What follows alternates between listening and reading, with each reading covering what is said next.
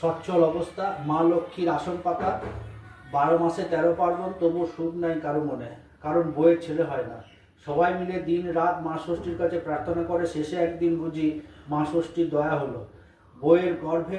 বইয়ের গর্ভের লক্ষণ দেখা দিল, সকলের চোখে মুখে হাসি, মনে বুঝি আনন্দে ধরে না। কদিন যেতেই সবাই লক্ষ্য করলো এক অস্বাভাবিক কাণ্ড।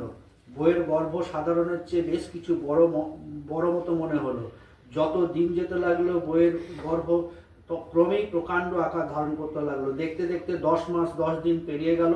ওমা, এ কি, প্রসব যে হয় না! 1 বছর গেল, তবুও প্রসব হয় না। আরও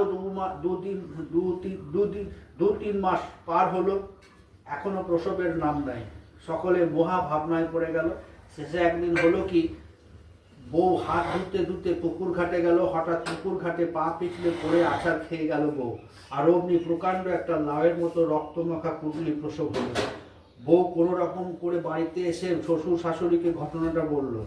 শোনা মাত্র শ্বশুর শাশুড়ি ছুটল পুকুর ঘাটে। গিয়ে দেখে ঠিক লাউয়ের মতন মস্ত একটা পদার্থ, আগাগোড়া রক্তমাখা। শ্বশুর কাছে গিয়ে দেখে একটা ট্রাক বোধ হয় সেটাকে একটু ফুটো করেছে, আর তারা এসে পৌঁছানোর আগে সেই ফুটোর ভেতর থেকে নজর করে শ্বশুর দেখতে পেল অনেকগুলো বাচ্চা তার ভেতর কিলবিল করছে। কর্তা সেটি ছুটে তুলে নিয়ে গিয়ে বাড়িতে নিয়ে এলো। এসে দেখে কি, তার ভেতর 60টি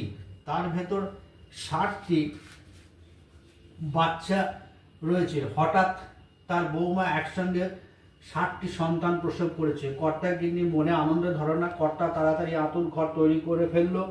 নাতিদের কল্যাণে ঘটা করে বেটারা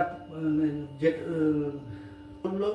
নাতিরা একটু বড় হতে 60 জনের জন্য 60খানা ঘরও তৈরি হয়ে গেল। যথাসময়ে অন্নপ্রাশন ও পৈতে কিছুই বাদ পড়ল না।